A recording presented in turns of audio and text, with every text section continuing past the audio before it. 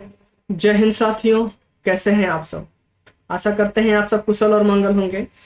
तो आज की जो हमारी टॉपिक होने वाली है वो बीएड प्रथम वर्ष के सिलेबस में लगा हुआ है, नॉलेज एंड कैरिकुलम, जिसके अंतर्गत हम बात करने वाले हैं नेचर ऑफ एजुकेशन और टाइप्स ऑफ एजुकेशन पर। ठीक है, तो चलिए आज इसी टॉपिक पर हम बात करते हैं। आज की जो हमारी टॉपिक है nature of education, types of education पर आज हम बात करने वाले हैं। ठीक है, तो चलिए शिक्षा के विभिन्न परिभाषा जो है, जो शिक्षा की विभिन्न परिभाषा वैज्ञानिकों द्वारा दी गई है, आज उन्हीं सब के आधार पर हम शिक्षा की प्रकृति और परिभाषा पर बात करेंगे। ठीक है, चलिए सबसे पहले देखा जाए तो कहा गया है कि नेचर ऑफ एजुकेशन के अंतर्गत कहा गया है कि शिक्षा क्या है, अनवरत प्रक्रिया है। क्या कह रहे हैं, कह रहे हैं कि जो शिक्षा है वो अनवरत प्रक्रिया, यानी कि शिक्षा एक ऐसी प्रक्रिया है जो अनवरत चलने वाली, यानी कि जीवन पर्यंत चलती रहती है। यानी कि शिक्षा ना कभी बंद होने वाली प्रक्रिया है।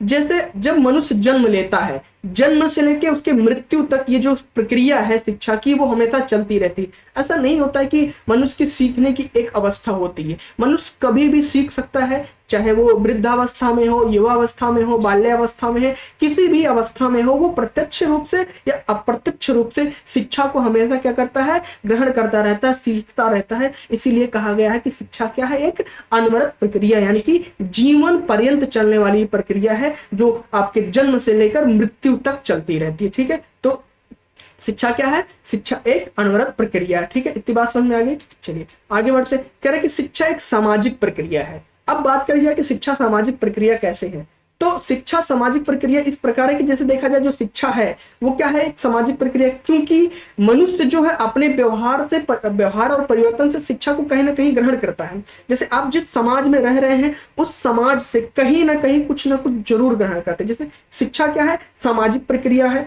अगर हम कहें कि समाज के बिना आपका जो है आप जो सामाजिक परिवेश है, शिक्षा अगर आप ग्रहण कर लेते हैं तो जो केवल शिक्षा ग्रहण करना मतलब ये नहीं कि आप किताबी ज्ञान ले लेते हैं। आप जिस समाज में रह रहे हैं, सामाजिक पर्यावरण में जिसमें जी रहे हैं, उसके अनुसार कहीं ना कहीं आप सीखते हैं। जैसे आप जिस परिवेश में रह रहे होंगे वहां की एक भाषा होती है, क्या वहां की भाषा होती होगी, रहन सहन होता होगा, खान पान होता होगा, वहां के कुछ त्योहार होते होंगे, तो क्या आप उसी परिवेश में ढलते हैं। तो कहीं ना कहीं देखा जाए शिक्षा सामाजिक प्रक्रिया के रूप में उभर कर सामने आती है कि शिक्षा क्या है, सामाजिक प्रक्रिया है। जिस समाज में आप रह रहे हैं उस समाज से कहीं ना कहीं हर चीज सीखने का प्रयास करें। जैसे बोलचाल की भाषा में देखा जाए तो वहां की जो बोली है, जैसे आप पूर्वांचल में रहते हैं तो आप पूर्वांचल की बोली बोलने लगेंगे, आप अन्य प्रदेश में रहते तो वहां की भाषा बोलने लगते हैं। तो ये भाषा सीखते कहते हैं, ये आप समाज से ही तो सीखते हैं। आपका जो परिवार है, जिस परिवेश में रह रहा है, जैसे आपका लालन पालन कर रहा है, उसी तरीके से आप समाज से सीख रहे हैं। तो हम एक प्रकार से कह सकते हैं कि जो हमारी शिक्षा है, शिक्षा क्या है, एक सामाजिक प्रक्रिया है। ठीक है, इतनी बात समझ में आ गई। चलिए अब कह रहे गतिशील प्रक्रिया है। क्या है, शिक्षा जो है वो गतिशील प्रक्रिया है। कैसे है, परिवर्तन जो है संसार का दूसरा नाम है। क्या, परिवर्तन, यानी कि संसार में परिवर्तन होता रहता है, इसलिए संसार जो है विभिन्न क्रियाकलापों से विभिन्न परिवर्तन होता है। जैसे देखा जाए तो समाज में परिवर्तन कैसे हो रहा है, तो शिक्षा में भी परिवर्तन हो, जैसे समाज में परिवर्तन हो रहा है तो शिक्षा में परिवर्तन हो रहा है। पहले के जमाने में आप देखते होंगे कि लोग क्या करते थे कि एक तख्ती आती थी, उसमें दुद्धी और चाक से लिखते थे। ठीक है, धीरे धीरे क्या हुआ, धीरे धीरे लोग जागरूक हुए, फिर क्या हुआ, स्याही से लिखना स्टार्ट कर दिए, कलम सेठी बनाकर लिखना स्टार्ट कर दिए, फिर धीरे धीरे क्या हुआ, पेंसिल आ गई, फिर धीरे धीरे क्या आ गया, कलम आ गई। तो समाज जैसे परिवर्तन हो रहा है उसी तरीके से शिक्षा में भी परिवर्तन हो रहा है। अब देखा जाए एक तरीके से पूरी की तरह ऑनलाइन प्रक्रिया आ गई, आप ऑनलाइन माध्यम से पढ़ रहे। तो पहले तो ऐसा था नहीं कि आप ऑनलाइन पढ़ रहे थे, तो धीरे धीरे समाज में परिवर्तन हुआ तो शिक्षा में भी परिवर्तन होने लगा। क्या हो गया, शिक्षा में भी परिवर्तन होने लगा। तो हम एक तरीके से कह सकते हैं कि जो हमारी शिक्षा है, शिक्षा क्या है, शिक्षा एक गतिशील प्रक्रिया है जो निरंतर गति अपनी प्रगति पे बढ़ते हुए शिक्षा को भी प्रगति की तरफ बढ़ाता है। वो अपने ज्ञान और कला से कौशल से एक पीढ़ी से दूसरी पीढ़ी में वो क्या करता है, ट्रांसफर कर देता है, यानी कि शिक्षा का स्थानांतरण कर देता है। ठीक है, तो शिक्षा क्या हो गई, शिक्षा एक गतिशील प्रक्रिया हो गई। अब बात करें शिक्षा द्विमुखी है। क्या है कि शिक्षा द्विमुखी प्रक्रिया है। तो बात करी जाए कि शिक्षा द्विमुखी प्रक्रिया कैसे है, आइए इस पे बात करते हैं। तो शिक्षा एक द्विमुखी प्रक्रिया भी होती है, अर्थात हम कह सकते हैं कि जो शिक्षा है वो दो माध्यम से चलती। किसके माध्यम से?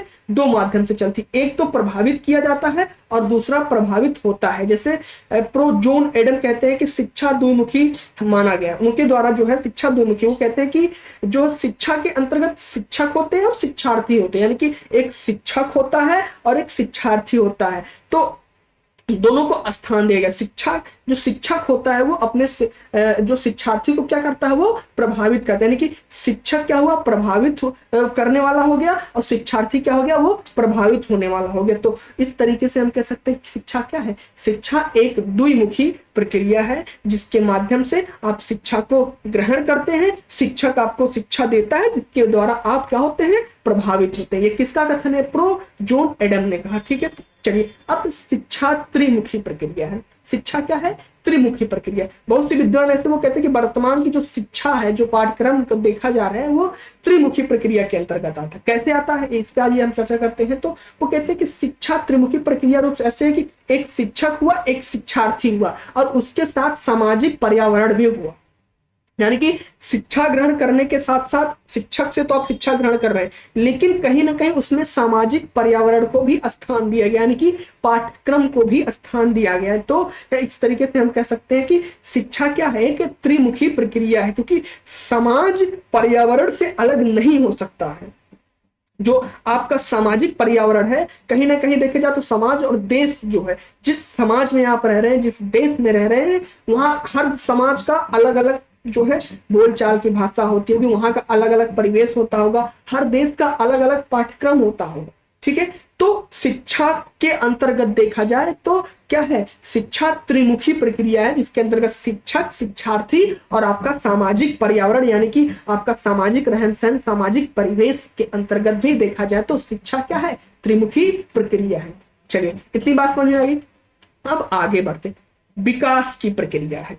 तो ये कहीं ना कहीं देखा जाए इस बात से आप सभी लोग अवगत होंगे कि शिक्षा क्या है। शिक्षा एक विकास की प्रक्रिया है। शिक्षा विकास की प्रक्रिया कैसे है कि मनुष्य जन्मजात व्यवहार और प्रवृत्ति पशुवत होती है। जब मनुष्य क्या होता है, जन्म लेता है तो उसको तो कुछ पता नहीं रहता है कि जैसे मान लीजिए छोटा बच्चा है, उसके पास तो उतनी सामाजिक जानकारी तो होती नहीं होगी कि भैया ये हमसे बड़े हैं, इनको मुझे सम्मान देना चाहिए, इनको मुझे आदर से बुलाना चाहिए, इनका नाम लेके नहीं, वो जो हमारे लगते हैं, जिस रिलेशन में आते हैं, उनको उस रिलेशन से हमको क्या करना चाहिए, जो है अवगत कराना, मतलब उनसे जैसे मान लीजिए हमारे चाचा लग रहे हैं तो उनको हम चाचा बुलाएं, वो हमारे पिताजी तो उनको पिताजी बुलाएं। तो जो विकास की प्रक्रिया है, तो मनुष्य धीरे धीरे समाज में रहकर, सामाजिक पर्यावरण में रहकर उसके व्यवहार में धीरे धीरे परिवर्तन होता रहता है। तो शिक्षा क्या है, शिक्षा जो है क्या है, प्रक्रिया जो होती है वो क्या है, परिवर्तन की प्रक्रिया है, वो विकास की प्रक्रिया है। वो धीरे धीरे आपके पीढ़ी से हस्तांतरित होती रहती। आप जिस समाज की संस्कृति में रहते हैं, वहां की सभ्यता को धीरे धीरे अपने जेहन में उतारते हैं, उसको धीरे धीरे अपने मानसिक प्रक्रिया में ले आते हैं, अपने विकास की प्रक्रिया में ले आते हैं, धीरे धीरे उसको सीखते हैं। जैसे सीखने की प्रक्रिया की बात करी जाए तो विकास की प्रक्रिया के अंदर सबसे पहले आप जब छोटे रहेंगे, शिशु अवस्था में रहेंगे, तो जब आप LKG या UKG में रहेंगे तो आपको उंगली पकड़ के लिखाया जाता होगा कि बाबू ये आ है, इसे आ बोलते हैं, और इसे बड़ा आ बोलते हैं, और इसे छोटी ई बोलते हैं, इसे ए बोलते हैं, इसे बी बोलते हैं, इसे सी बोलते हैं, और इसे 1 यानी 1 2 या 3 कहते हैं। तो ये विकास की प्रक्रिया है। जन्मजात तो आपके अंदर, आपके जेहन में सारी चीजें तो आपको आ नहीं गई होगी, आप धीरे धीरे धीरे धीरे एक एक चीज को सीखे होंगे, और आज आप जो है ग्रेजुएशन पास करके B.Ed करने की अवस्था में आ गए हैं। अब आपके अंदर आपकी वो मानसिक क्षमता, आपका वो मानसिक विकास हो चुका है कि आप भी अपने से छोटे को पढ़ा सकते हैं, क्या कुछ ना कुछ उसे सिखा सकते हैं। तो ये प्रक्रिया आपके अंतर्गत कैसे आई, ये प्रक्रिया कैसे आई, सीख कर आई। धीरे धीरे आप इसको अपने जेहन में उतारे, अपने धीरे धीरे सीखा। देखिए बिना सीखे तो आप चीज को कुछ सिखा नहीं सकते हैं, तो आप उसको सीखेंगे तभी सिखाएंगे। तो इस तरीके से हम कह सकते हैं जो शिक्षा है वो एक विकास की प्रक्रिया है। धीरे धीरे, जैसे हम छत पे हमको चढ़ना, तो एक एक सीढ़ी चढ़ते हैं तो हम छत पे पहुंच जाते हैं, 16वीं सीढ़ी के बाद 17वीं सीढ़ी पे हमारा छत आ जाता है। ठीक है, तो एक एक सीढ़ी दर सीढ़ी चढ़ते हुए हम आगे बढ़ते हैं। ठीक है, तो क्या है, शिक्षा एक विकास की प्रक्रिया। इतना समझ में आ गया। चलिए अब आगे बढ़ते, सर्वांगीण विकास की बात कर रहे हैं। क्या, सर्वांगीण विकास। देखा जाए तो वर्तमान में जो शिक्षा दी जाती है वो शिक्षा जो है बालक में कुछ ना कुछ क्षमताओं और उसकी शक्तियों का विकास करना ही नहीं, बल्कि वो जो कार्य है वो जो व्यक्तित्व के सभी पहलुओं को विकास करने की बात करता है। यानी कि जो शिक्षा दी जा रही है उस शिक्षा का केवल उद्देश्य आपको ज्ञान प्राप्त करना ही नहीं, वो सभी पहलुओं को, एक एक पहलू पे कि आपको समाज में कैसे रहना है, समाज में कैसे उठना है, समाज में कैसे बोलना है, अगर आपके पास किसी परिस्थिति कोई ऐसी परिस्थिति आ गई उसका सामना आपको कैसे करना है। अब जैसे आपको खेल कूद में भी आपका, यानी कि सारे क्षेत्रों में शिक्षा का काम ये होता है कि सर्वांगीण विकास, यानी कि सभी क्षेत्रों में आपका, आपके व्यक्तित्व का विकास करना, आपके मानसिक का विकास करना। जैसे प्ले ग्रुप के बच्चों को देखते होंगे तो उनको दिन भर पूरा पढ़ाया ही नहीं जाता है। प्ले ग्रुप का जो स्कूल है, अच्छे अच्छे स्कूल में देखते होंगे वहां पर उनके विकास के लिए जो है खेल कूद का मैदान बनाया जाता है, तरह तरह की क्रीड़ाएं कराई जाती हैं, तरह तरह की खेल कूदें कराई जाती हैं। तो उसके अंतर्गत क्या होता है, उनका मानसिक विकास होता है। अब जब उस छोटे से बच्चे को बताया जाएगा कि ये क्रिकेट होता है, इसमें 11 प्लेयर होते हैं, इसमें 2 टीम होती है, ये खेलते हैं, एक टीम बैटिंग करती है, एक टीम फील्डिंग करती है, तो तब धीरे धीरे उसको सिखाया जाता है ना कि ऐसे होता है, ऐसे क्रिकेट होता है। तो उसकी जो रुचि जो है क्रिकेट देखने में भी लग जाती है कि हाँ मैं क्रिकेट देखना चाहूंगा, ये करूंगा। तो जैसे कबड्डी हो गई तो कबड्डी को उसको खिलाया जाएगा, खो खो खिलाया जाएगा, अन्य प्रक्रियाएं कराई जाएगी, जैसे देखा जाए तो व्यायाम कराया जाएगा। तो व्यायाम कराने के साथ साथ उनका उद्देश्य यही भी होता है कि उनकी जो है शारीरिक क्षमता का विकास हो, यानी कि उनकी मानसिक क्षमता का विकास हो, उनका स्वास्थ्य सही रहे। तो सर्वांगीण विकास की प्रक्रिया की बात करता है कि शिक्षा जो है वो क्या है, वो सर्वांगीण विकास की प्रक्रिया है। शिक्षा सर्वांगीण विकास है। ठीक है, चलिए इतनी बात समझ में आ गई आप सभी को। चलिए आगे बढ़ते हैं। आगे कह रहा है कि समायोजन की प्रक्रिया। शिक्षा क्या है, वो समायोजन की प्रक्रिया, यानी कि समायोजन की बात करी जाए तो बालक के सर्वांगीण विकास के लिए समायोजन बहुत जरूरी, यानी कि शिक्षा समायोजन की प्रक्रिया मानी जाती है। और व्यक्ति को देखा जाए कहीं ना कहीं अधिक से अधिक समायोजन करने की क्षमता होती है, क्योंकि उसका सर्वांगीण विकास होता है। बात कर लेते हैं समायोजन की। समायोजन क्या होता है, जो समायोजन की बात करी जाए तो ये निरंतर चलने वाली एक प्रक्रिया है, जिसके द्वारा जो व्यक्ति है वो अपने वातावरण के बीच में रह के जो संतुलित संबंध को, जो है संतुलित संबंध बनाने का प्रयास करता है और उसको अपने व्यवहार में परिवर्तन लाने का प्रयास करता है। यानी कि मान लीजिए उसको किसी कोई कठिनाई आ गई, ठीक है, क्या आ गई, उसको कोई कठिनाई आ गई है, ठीक है, तो कठिनाई आ गई तो उस कठिनाई का सामना उसको कैसे करना है, इसका वो समायोजन करने की प्रक्रिया के अंतर्गत आता है। उसका वो क्या करता है, पूरी तरीके से एक समायोजित तरीके से उसका अपना एक खाका तैयार करता है कि ये समस्या हमारे पास है, इस समस्या का ऐसे समाधान होगा, ये मैं करूंगा तो ये समस्या का निपटारा हो जाएगा, समस्या का खात्मा हो जाएगा, समस्या का अंत हो जाएगा। तो समायोजन की प्रक्रिया जो आती है वो व्यक्ति के अंतर्गत कैसे आती है, वो शिक्षा के अंतर्गत आती है। वो समाज में रहकर सीखता है, क्या करता है, समाज में रहकर सर्वांगीण विकास करता है। बार बार आ रहा है कि सर्वांगीण विकास क्यों आ रहा है, क्योंकि जो बालक है, जो शिक्षक है, वो अपने शिक्षार्थी को समायोजन की प्रक्रिया सिखाता है, सर्वांगीण विकास की प्रक्रिया से रूबरू करवाता है, उसको हर पहलू से अवगत कराता है। जैसे आप देखते होंगे, जैसे जो हमारी सेना है, उनको उनकी जब ट्रेनिंग कराई जाती है तो उनको हर पहलुओं से गुजारा जाता है। क्या किया जाता है, उनको हर पहलू से गुजारा जाता है कि अगर आपके साथ ऐसी समस्या आती है तो आप इसका निपटारा ऐसे करेंगे, आप इसका खात्मा ऐसे करेंगे। तो क्या वो समायोजन की प्रक्रिया के अंतर्गत आता है। व्यक्ति हो, बालक हो, छोटा बालक हो या कोई भी व्यक्ति हो, तो उसको समायोजन की प्रक्रिया के माध्यम से सारी समस्याओं का निपटारा करने का जो है सर्वांगीण विकास के अंतर्गत उसको सिखाया जाता है। ठीक है, उसकी बात समझ में आ गई। अब हम बात करते हैं कि टाइप्स ऑफ एजुकेशन। अभी हमने शिक्षा की प्रकृति पे बात करी है, तो अब हम बात करने जा रहे हैं टाइप्स ऑफ एजुकेशन, यानी कि शिक्षा का क्या क्या प्रकार हो सकता है। टाइप्स ऑफ एजुकेशन के अंतर्गत देखिए तो हम 3 टाइप्स में पढ़ेंगे कि 3 टाइप्स हमारे हैं। क्या 3 टाइप्स हैं शिक्षा के प्रकार के अंतर्गत। एक तो आता है फॉर्मल एजुकेशन, यानी कि औपचारिक शिक्षा, एक आता है इनफॉर्मल एजुकेशन, एक आता है नॉन फॉर्मल एजुकेशन। अब हम इसके सभी पहलुओं पे बात करेंगे कि इसके अंतर्गत क्या क्या आता है। ठीक है, चलिए इतनी बात समझ में आ गई आप सभी को।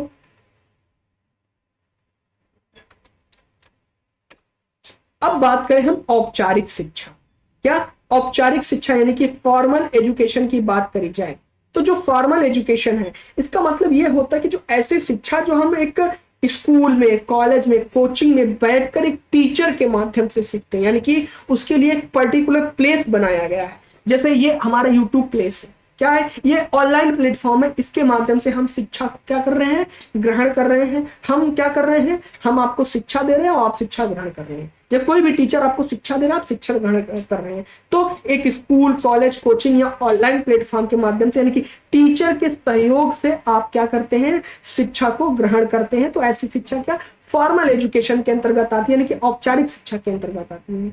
और इस शिक्षा की जो मेन मुख्य उद्देश्य में जो मेन इसका पहलू है वो क्या है, पाठ्यक्रम को बनाए रखना और उस पाठ्यक्रम को एक व्यवस्थित तरीके से नियमित रूप से सिखाने का प्रयास करना। यानी कि ऐसा नहीं कि पहले ही आपको ऐसी चीज सिखा दी जाए, मान लीजिए कि आपको 10वीं का क्वेश्चन आपको दे दिया जाए सॉल्व करने के लिए, कुछ इक्वेशन आपको दे दिया जाए सॉल्व करने के लिए, तो क्या आप नहीं कर पाएंगे? तो उसके लिए एक सुनियोजित ढंग से एक पाठ्यक्रम को तैयार किया गया कि पहले आप ये सीखेंगे, पहले आप ये सीखेंगे। और इसके लिए जैसे विषय बनाए गए, मान लीजिए कि विज्ञान, गणित, भूगोल, इतिहास, केमिस्ट्री, फिजिक्स, कंप्यूटर आदि विषय जो आपके होते हैं, तो वो एक पाठ्यक्रम बनाया गया। उसके अंतर्गत आप एक एक पहलू को समझते हैं। जब आप छोटे रहे होंगे तो आपको स्टार्टिंग से A to Z पढ़ाया गया होगा, 1 to 100 बताया गया होगा, 1 to 10 बताया गया होगा। ये चीजें आपको सिखाई गई होंगी कि अगर हम लिखेंगे कि क्या, अगर हम मैंगो लिखते हैं, क्या मैंगो लिखते हैं तो इसका मतलब आम होता है। क्या होता है, आम होता है। तो ये व्यक्ति के अंतर्गत कैसे आया होगा,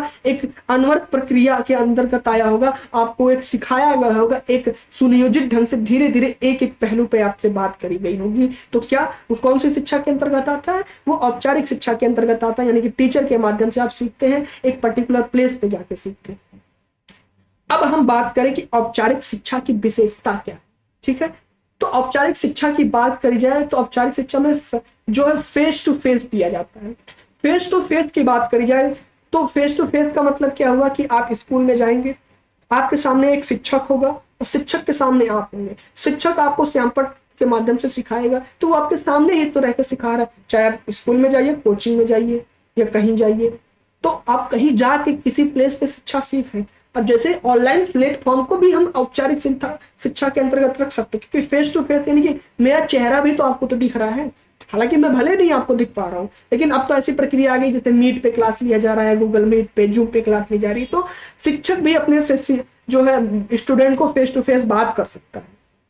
जैसे वीडियो कॉलिंग आप करते हैं तो गूगल मीट पे जब भी कभी मैं क्लास लेता हूँ तो उसमें क्या होता है कि मैं स्टूडेंट को फेस टू फेस बात करता हूँ। तो क्या, तो फेस टू फेस बात कर रहा हूँ, तो ये औपचारिक शिक्षा के अंतर्गत आती है। तो शिक्षा क्या है, एक औपचारिक शिक्षा का एक मुख्य विशेषता क्या है कि फेस टू फेस बात करना। और ये शिक्षा जीवन भर चलती रहती है, जीवन भर ऐसे चलती रहती है। ऐसा तो है नहीं कि आप एक बार में सारी चीजों को सीख जाएंगे। शिक्षा ऐसी प्रक्रिया है कि आप जीवन भर सीखते रहेंगे, आपको कभी खत्म होने वाली चीज नहीं। और इसकी दूसरी विशेषता की बात, पहली विशेषता तो आपकी होगी क्या, औपचारिक शिक्षा फेस टू फेस। दूसरी हो गई शिक्षा जीवन भर चलने वाली प्रक्रिया है। अब इस प्रकार की शिक्षाओं का जो होता है क्या, पाठ्यक्रम बनाया जाता है। अभी हमने बात किया कि इसका एक सुनियोजित ढंग से पाठ्यक्रम बनाया जाता है। औपचारिक शिक्षा को प्राप्त करने के जो कठिन होता है, क्यों, क्योंकि इसमें आपको मेहनत करनी पड़ती है। मेहनत ऐसे करनी पड़ती है कि आपका ये स्कूल है, आपका ये घर है, आप घर से 10 किलोमीटर स्कूल जा रहे हैं, 10 किलोमीटर स्कूल जा रहे हैं तो कहीं ना कहीं मेहनत तो कर रहे हैं।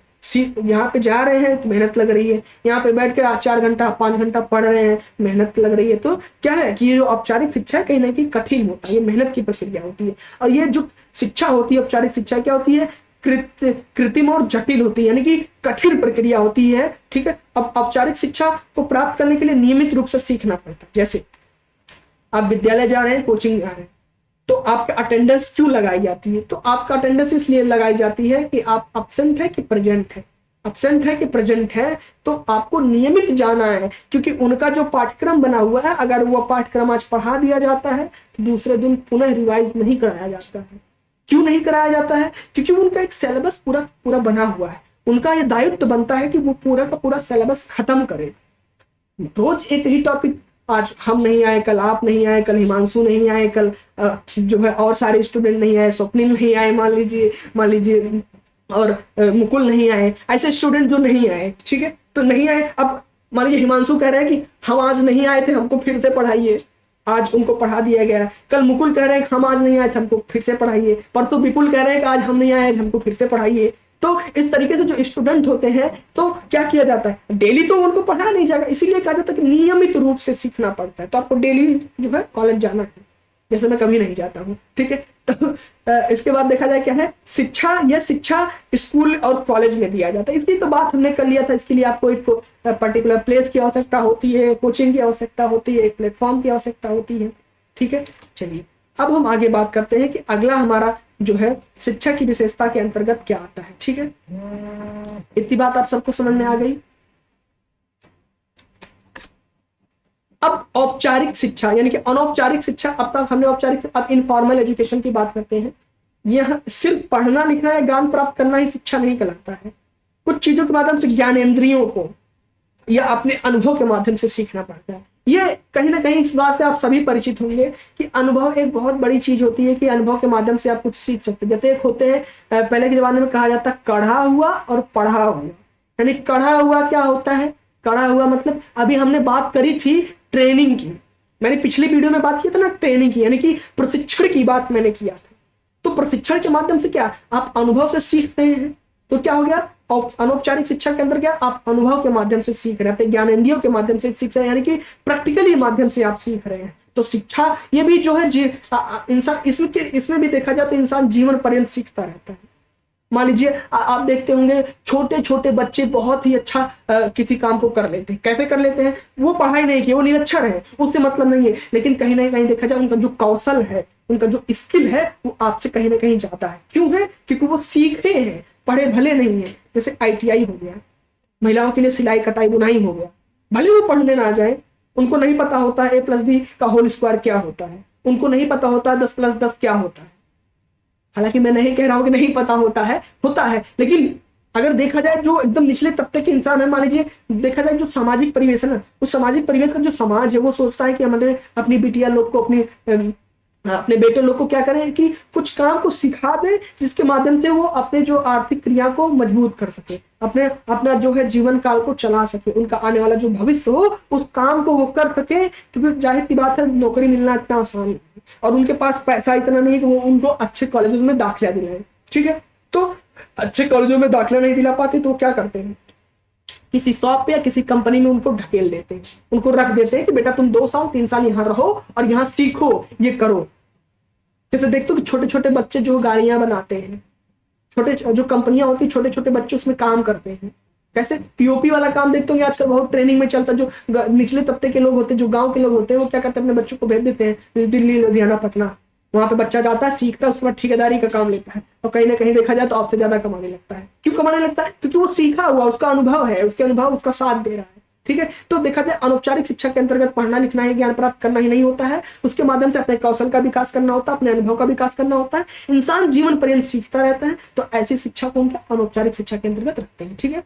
अनौपचारिक शिक्षा का मेन उद्देश्य क्या है, साधनों से सीखें, यानी कि हम सीखें, हम अपने स्किल को डेवलप करें, हम ट्रेनिंग दें, ठीक है। चलिए अब अनौपचारिक शिक्षा की विशेषता की बात कर लीजिए। अनौपचारिक शिक्षा को सीखने के लिए जरूरी नहीं कि वो स्कूल में जाए, वो कॉलेज में जाए, ठीक है। क्या उसको एक पाठ्यक्रम की भी आवश्यकता नहीं होती कि उसके लिए एक पाठ्यक्रम बनाया जाए, है ना। आप कुछ चीज सीखने जाते हैं तो जरूरी नहीं कि उसका पाठ्यक्रम निर्धारित किया जाए, आप देख देख के सीख लेंगे, देख देख के सीख लेंगे, ठीक है। और इसके बाद अनौपचारिक शिक्षा क्या है, प्रकृति और सरल है। ये सरल क्यों है, क्योंकि आप इसलिए सरल है कि उसी काम को 20 बार आप देख रहे हैं, 20 बार देख रहे हैं तो कहीं ना कहीं थोड़ा सा तो ग्रहण कर रहे होंगे। आपका कभी कभी देखते होंगे किसी की मोबाइल खराब हो जाती है, गांव का कोई ऐसा बंदा होता, भैया हमारी मोबाइल खराब हो गई, हमारा सही कर दो, वो कैसे सही कर लेता है, वो जरूरी नहीं को सीखा हो गई, उसका क्या टिप टाप दिन भर करता रहता है तो वो सीख लेता है। जो मोबाइल वाले गाँव के लोग बनाते हैं, जरूरी नहीं कि वो कहीं जाके सीखे हुए या ट्रेनिंग दिए हुए, वो देख देख के सीख के धीरे धीरे, ऐसा नहीं कि उसका पाठ्यक्रम पढ़े होंगे, सीख लेते हैं, हो जाता है। तो अच्छा कभी कभी गांव में देखा जाए तो कुछ लोग होते हैं झोला छाप डॉक्टर होते हैं, उनको थोड़ी बहुत जानकारी हो जाती है, अपना डिस्पेंसरी खोल के बैठ जाते हैं, कालपाल दे देंगे आपको कि हाँ कालपाल लो खाई लो, आपको पैरासीटामॉल दे देंगे, लो बुखार में खाई लो, आपको पेन किलर दे देंगे, आपको दर्द हो रहा है तो आपको दर्द की दवाई दे देंगे, आपका ब्लड सर्कुलेशन रुक गया है तो आपको ब्लड सर्कुलेशन की दवाई दे देंगे।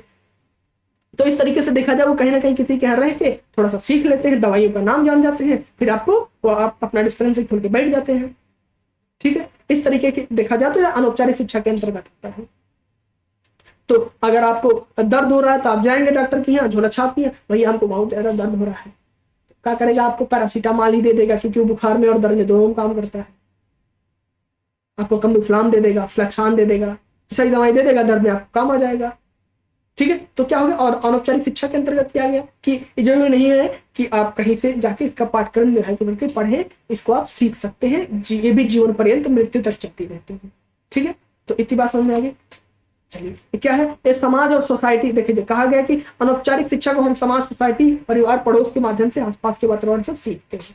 ठीक है, इतनी बात समझ में आ गई। अच्छा, एक चीज आता होगा कि जो कॉलेजेस होते हैं उसमें इनोवेटिव मॉडल बनाया जाता था। जैसे मैं पहले जब जहाँ पढ़ता था वहाँ पे अटल टिंकरिंग लैब था, उस लैब के माध्यम से मॉडल बनाया जाता था, मॉडल बनाना सिखाया जाता था कि बच्चे के अंतर्गत कुछ ऐसी मानसिक शक्ति का विकास है, कहीं से देखा हो या कैसे करके हो, एक मॉडल तैयार करें।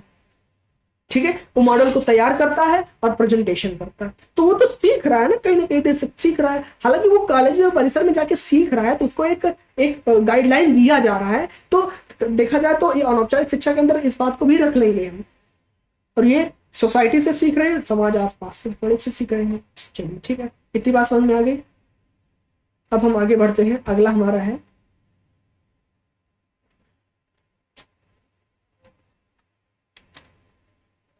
चलिए एक सेकंड,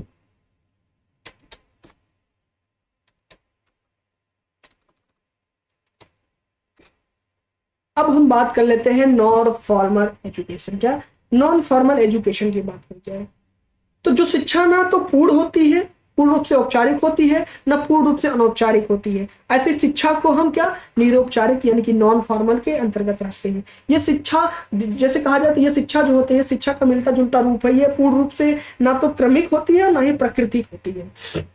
तो ये जो शिक्षा होती है संबंधों के साथ साथ स्वतंत्र भी होती है, और ये व्यवस्थित रूप से होती है, लेकिन इसको प्राप्त करने के लिए कोई वातावरण या स्थान या वर्ग या कोई उम्र की आवश्यकता नहीं होती। कहीं ना कहीं देखा जाती है, जो दोनों शिक्षा हमारा था, फॉर्मल नॉन फॉर्मल एजुकेशन था। ठीक है, अब तो दोनों शिक्षा को औपचारिक निरौपचारिक, तो इसके अंतर्गत जैसे मिला के औपचारिक हमने अनौपचारिक पढ़ा, औपचारिक पढ़ा, अनौपचारिक पढ़ा, अब हम अनौपचारिक के बाद निरौपचारिक पढ़ रहे हैं। तो ये दोनों मिलाकर जो है दोनों शिक्षा के अंतर्गत ये आता है। तो अगर इसकी विशेषता की बात करी जाए तो ये बहुत सरल और लचीला होता है, क्योंकि इसमें हम जो है कहीं ना कहीं शिक्षक के माध्यम से भी पढ़ लेते हैं, कहीं ना कहीं समाज से भी सीख लेते हैं। तो ये इस शिक्षा के ऑनलाइन माध्यम से भी प्राप्त किया जाता है, यानी कि घर बैठे ट्रेनिंग की बात करी जाती है। कहते हैं ना कि घर बैठे प्राप्त करें शिक्षा, कैसे ऑनलाइन प्लेटफॉर्म के माध्यम से आप घर बैठे शिक्षा को प्राप्त कर सकते हैं। तो ये सरल होता है और लचीला होता है। ठीक है, जैसे हमारा जो संविधान है उसका संशोधन करने की प्रक्रिया बहुत कठिन है ना, तो उसी तरीके से इसका ये विपरीत है कि ये जो सरल होता है और लचीला होता है। ठीक है, अच्छा चलिए बताइएगा, संविधान की बात आ गई है तो कहाँ का संविधान बहुत सरल और लचीला है। ठीक है, तो अब बात करें तो इस शिक्षा को हम ऑनलाइन माध्यम से भी प्राप्त कर सकते हैं। ये शिक्षा कृत्रिम और प्राकृतिक दोनों रूप से होती है, यानी कि हम सीखते भी हैं और समाज से भी सीखते हैं और पढ़ लिख कर भी सीखते हैं। जैसे ऑनलाइन माध्यम की बात तो कर ही रहा है कि हम जैसे हमको देखते हैं ना, कभी कुछ गड़बड़ हो गया, हमको ये करने नहीं यार, चलो यूट्यूब कर लो, फटाफट गूगल कर लो, तो हम गूगल पे डाल लेते ऑनलाइन माध्यम से सीख ले रहे हैं। तो निरौपचारिक शिक्षा के अंतर्गत आ जाता है ये सारी चीजें। अब इस शिक्षा को प्राप्त कर कोई भी शिक्षा प्राप्त कर सकता है। जैसे यही है, मान लीजिए कहा जाए कि मोबाइल में व्हाट्सएप कैसे इंस्टॉल करें, तो आप क्या करते हैं, सीधे सीधे गूगल कर लेते हैं। क्या कर लेते हैं, गूगल कर लेते हैं और उस पर डाल देते हैं कि मोबाइल में व्हाट्सएप कैसे इंस्टॉल करें, इंस्टाग्राम कैसे बनाएं, फेसबुक कैसे बनाएं, पासवर्ड कैसे रीसेट करें। ये सारी चीजें आप ऑनलाइन माध्यम से सीख ले रहे हैं। तो इसका सीखने का तो कोई ना कोई उद्देश्य तो है ही आपका सीखने का, लेकिन ऐसा तो है नहीं कि आपकी कोई उम्र है, 20 साल का बुढ़वा, 20 साल का जवान, 50 साल का बुढ़वा भी सीख सकता है यूट्यूब के माध्यम से। तो क्या है, शिक्षा निरौपचारिक शिक्षा के अंतर्गत भी आता है। चलिए इतनी बात हो गई। अब इतनी बात आशा करते हैं हम आप सब समझ गए होंगे। ठीक है, तो आज की क्लास यहीं तक रखते हैं। आज हमने जो बात किया वो क्या था, वो बहुत ही महत्वपूर्ण टॉपिक था, लेकिन कहीं ना कहीं देखा जाए इस सब टॉपिक से आप भली बात परिचित थे। बस थोड़ा सा मैं आप सभी को अवगत कराने का प्रयास किया हूँ, और कहीं ना कहीं देखा जाए तो हमारा ये उद्देश्य था कि नेचर ऑफ एजुकेशन और टाइप ऑफ एजुकेशन आप सबके समझ प्रस्तुत करूँ। और कहीं ना कहीं थोड़ा बहुत त्रुटि हुई होगी तो क्षमा करिएगा। और मैं आप सबसे गुजारिश करता हूँ कि अंत में कि हमारा चैनल आप लोग सब्सक्राइब करें, शेयर करें, अपने दोस्तों तक भी पहुंचाएं। और ये हमारा सेशन आप सभी को कैसा लगा, कंटेंट कैसा लगा, आप सब कमेंट बॉक्स में जरूर करके बताइएगा। ठीक है, चलिए ठीक है, तो आज की क्लास यहीं तक रखते हैं। जय हिंद, जय भारत, स्वस्थ रहें, मस्त रहें।